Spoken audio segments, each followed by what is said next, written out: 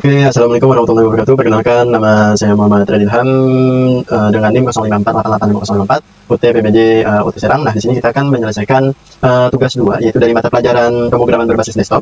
Nah, di sini saya mempunyai soal ya. Di sini tugas praktik 2 memiliki 3 indikator. Nah, 3 indikator apa saja? Yang pertama, nih di sini ada 4 ya. Memiliki 3 indikator untuk menilai hasil belajar mahasiswa. Pertama, mampu mengimplementasikan penggunaan tipe data, variabel, identifier, dan keyboard pada kelas objek dan method. Mampu mengimplementasikan array atau string dalam method. Mampu mengimplementasikan struktur keputusan seperti if else, if, switch case, nested if. Dan keempat, mampu mengimplementasikan struktur keputusan seperti for else, while, dan do while. Nah, di sini ada 3 tapi di sini ada 4 ya.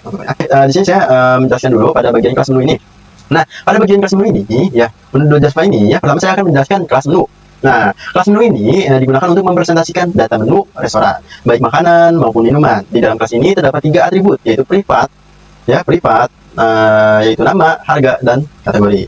Nih, ya, sini privat, nama, harga, dan kategori. Oke. Nah, atribut nama itu bertipenya string untuk menyimpan nama menu, ya. Privat string nama ini ya, nama ini digunakan untuk bertipenya string untuk menyimpan nama menu. Atribut harga bertipe double untuk menyimpan harga menu. Kemudian atribut kategori bertipe string juga untuk membedakan apakah menu tersebut makanan atau minuman nanti. Nah, selanjutnya saya akan membuat konstruktor. Konstruktor ini berfungsi untuk menginisialisasi data ketika objek baru dibuat. Nah, di sini ada konstruktor ya. Nah, konstruktor ini yang tadi saya sebutkan yaitu untuk menginisialisasi data ketika objek baru dibuat, dan saya menggunakan keyword this. Nah, di sini saya menggunakan keyword this agar nilai parameter masuk ke atribut kelas. Nah, kemudian terdapat getter method yaitu get nama ya. Di sini ada get nama ya, getter ya. Di sini ada get nama, get harga, get kategori ya di sini ya. Getter digunakan untuk mengambil data dari atribut privat tadi. Nah, selain itu saya juga membuat setter method ya. Itu saya membuat setter method ya. Di sini ada setter method. Oke, di mana setter method itu digunakan untuk mengubah data menu. Contohnya ketika pemilik restoran ingin mengubah harga makanan nanti. Nah, oke, lanjut kita ke, mungkin di sini sudah cukup segitu aja, dan lanjut ke kelas main Java. Nah, selanjutnya saya akan masuk ke kelas utama, yaitu kelas main ya. Di sini baik banget ya. Pada bagian paling atas saya melakukan import library ya. Di sini ada import library ya. Di sini ya biasa aja ya. Di sini saya tidak mau menjelaskan apa-apa ya. Paling ya sedikit saja ya. Saya jelaskan ini import library. Contohnya di sini ada array list yang digunakan sebagai array list untuk menyimpan menu restoran. Link hash map digunakan untuk menyimpan data pesanan pelanggan nantinya. Terus apa gitu? Ada map. Nah, map ini digunakan nanti saat membaca isi data pesanan, dan yang terakhir ada scanner. Scanner itu nanti berfungsi untuk membaca inputan dari keyboard user gitu ya. Nah, di sini selanjutnya saya membuat variabel global ya. Di sini ada daftar menu ya. Di sini ada apa? Daftar menu bertipe array list ya. Daftar menu di sini bertipenya array list ya. Di sini bertipe array list ya. Digunakan untuk menyimpan semua menu restoran ya. Kemudian daftar pesanan menggunakan link hash map. Nah, menu integer nih. Nah, menu integer. Nih, menu integer untuk menyimpan pesanan pelanggan beserta jumlah pesanannya, dan yang ini scanner agar program dapat menerima inputan dari keyboard. Oke. Lanjut. Nah, di sini ada main, method, dan menu utama yang saya buat di sini. Ya, di sini ada main ya. Pada bagian ini terdapat method main. Nah, pada bagian ini terdapat method main. Method ini merupakan titik awal eksekusi program. Pertama, program menjalankan method inisialisasi menu awal ya. Di sini dia inisialisasi menu awal, itu program akan menjalankan itu untuk menambahkan data menu awal restoran. Selanjutnya saya menggunakan pengulangan do ya, pengulangan do while gitu ya. Nih do di sini menggunakan do while. Tujuannya agar menu utama tadi terus ditampilkan selama pengguna belum memilih keluar. Pada menu utama terdapat 3 pilihan. Nanti menu pertama untuk pelanggan melakukan pemesanan, ya menu pelanggan untuk pesanan. Yang kedua itu menu pemilik, ya menu pemilik untuk restoran mengelola menu, dan yang ketiga itu digunakan untuk keluar aplikasi nanti. Nah, sini Anda pilih menu 1 sampai 3 gitu kan. Nah, saya menggunakan struktur keputusan switch case ya. Di sini saya menggunakan struktur keputusan itu switch case. Kenapa? Di sini saya menggunakan switch case karena untuk mengatur navigasi menu nantinya. Jika menggunakan memilih angka jika menggunakan angka pada nantinya 1, maka program menjalankan metode menu pelanggan. Kedua, jika memiliki angka 2, maka program menjalankan metode menu pemilik nih, menu pelanggan. Jika pelanggan yang memiliki inputan itu 1, maka masuk ke menu pelanggan. 2 itu menu pemilik. Terus kita itu ya terima kasih telah menggunakan aplikasi ya. Itu bagian penutup aja sih yang tidak. Oke, sekarang kita lanjut ke inisialisasi menu awal. Nah, selanjutnya pada ini ya, metode ini digunakan untuk memasukkan data menu awal restoran. Saya menggunakan metode add ya dari array list untuk menambahkan objek menu. Terus minimal terdapat 4 makanan dan 4 minuman sesuai ketentuan tugas praktik pada soal ya. Untuk makanan saya menambahkan nasi goreng. Nah, di sini saya menambahkan nasi goreng, mie ayam, ayam geprek, bakso, ya. Tuh, ada 4, nasi goreng, mie ayam, ayam geprek, dan bakso. Nah, sedangkan untuk minumannya saya menambahkan es teh manis, es jeruk, kopi susu, air mineral. Ya, semua data ini disimpan ke dalam array list. Nah, ya, semua data ini disimpan ke dalam array list ya, daftar menu. Nih, array listnya daftar menu di sini. Oke? Array list namanya ya. Nah, di sini lanjut ke menu pelanggan. Nah, pada bagian ini saya membuat fitur pemesanan pelanggan. Yang pertama saya menggunakan method clear ya. Di sini saya menggunakan method clear. Nah, method clear ini kenapa? Untuk menghapus data pesanan sebelumnya agar tidak tercampur nantinya. Nah, kemudian saya menggunakan variabel boolean. Nih, variabel boolean memesan terus boolean memesan ya sebagai kontrol pengulangan. Dan di sini saya menerapkan struktur pengulangan while. Nah, saya menggunakan struktur pengulangan while di sini ya.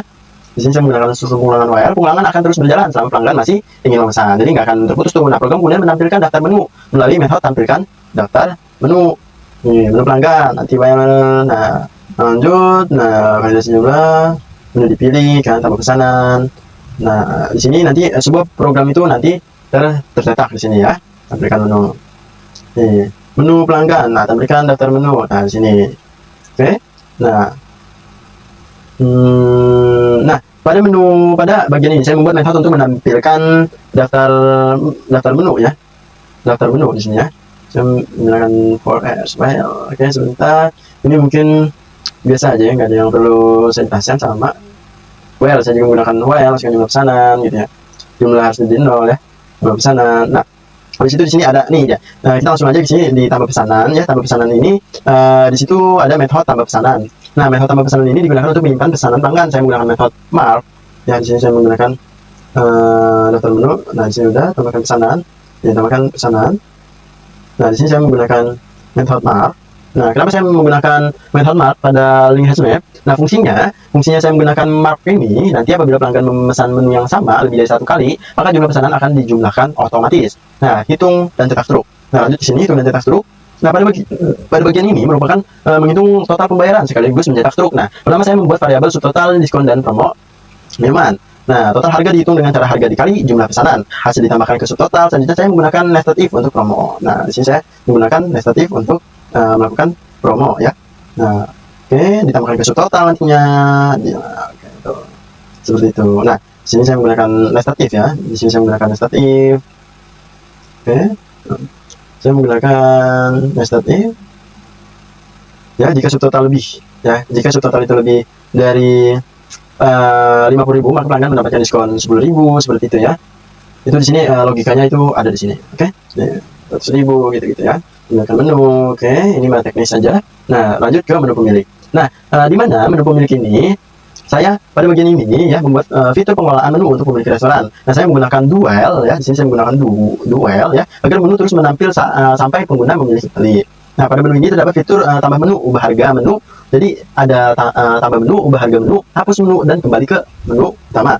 Navigasi digunakan untuk switch case. Oke, nah, switch case di sini saya menggunakan switch case. Nah, di sini ubah menu ya. Di sini ada menu pemilik, bla bla bla bla bla, tambahkan menu, bla bla bla bla gitu ya.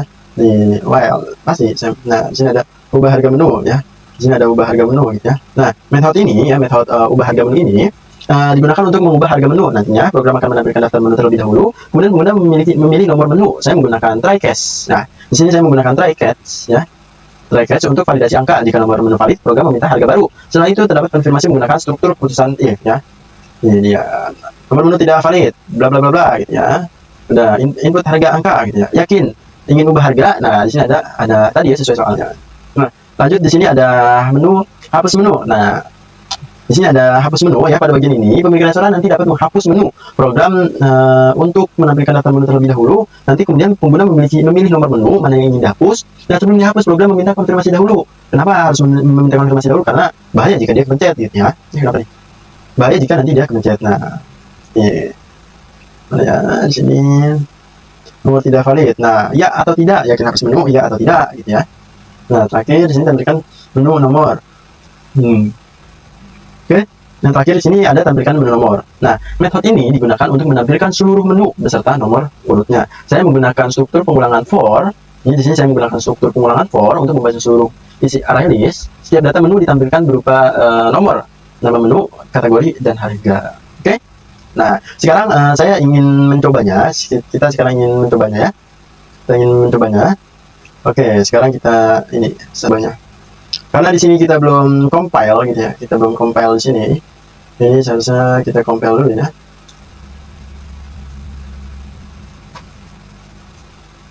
Java dah main Java menu Java ya, di compile. Oke, sudah, seharusnya sudah ya. Kita sudah compile di sini. Habis itu kita langsung yes di sini langsung Java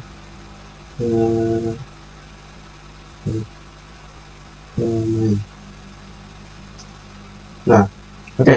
Di sini sudah ada ya menu pelanggan. Kita akan coba ke menu pelanggan dulu. Satu. Nah, kita disuruh masukkan mie ayam satu, misalnya mie ayam satu. Kita mau dua 50.000 harganya. Pilih nomor menu, minuman, minuman 5. Masukkan jumlah pesanannya 5 gitu ya. Selesai pemesanan, kita klik 0, misalnya sudah selesai 0. Nah, di sini sudah langsung kita cetak nih. Subtotal 75.000 ya, promo beli 1 gratis 1 es teh manis. Kenapa? Karena dia sudah melebihi 50.000 tadi. Nah, di sini pajak 10%, 7.000, biaya pelanggan 20.000. Karena dia kurang dari 100.000, makanya dia tidak gratis ini ya. Tidak gratis makanan. Maksudnya tidak promo gitu ya. Dan 5 aja ya. 100 ya. 0. Nah, di sini gratis total 500, bisa 5.000 udah diskon 10%, yaitu 100.000 dikurangi lebih dari 100.000, karena lebih dari 100.000 ya. Di sini dikurangin 50.000, pajak 10%, subtotal. Oke. Sekarang kita ke 2. Nah, tambah menu 1. Misal nama menunya mie ayam Riyadi. Nah, makanan. Nah, harga menu 10.000. Nah, udah nih. Nah, coba sekarang kita ke 4 ya. Menu berhasil ditambahkan. Nih, menu berhasil ditambahkan. Coba kita lihat apakah ada tadi ya. 1. Nah, mie ayam Riyadi. Nah, di sini sudah ada ya 10.000. Sekarang coba kita rubah. Kita rubah ya.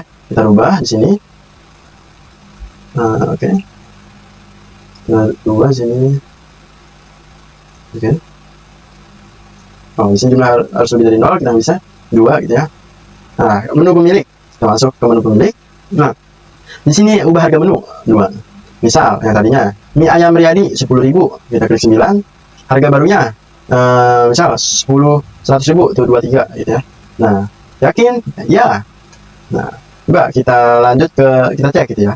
Satu, menu pelanggan. Nah, mie ayam Riyadi ya, mie ayam Riyadi itu 100.000 ya, sudah benar. Oke.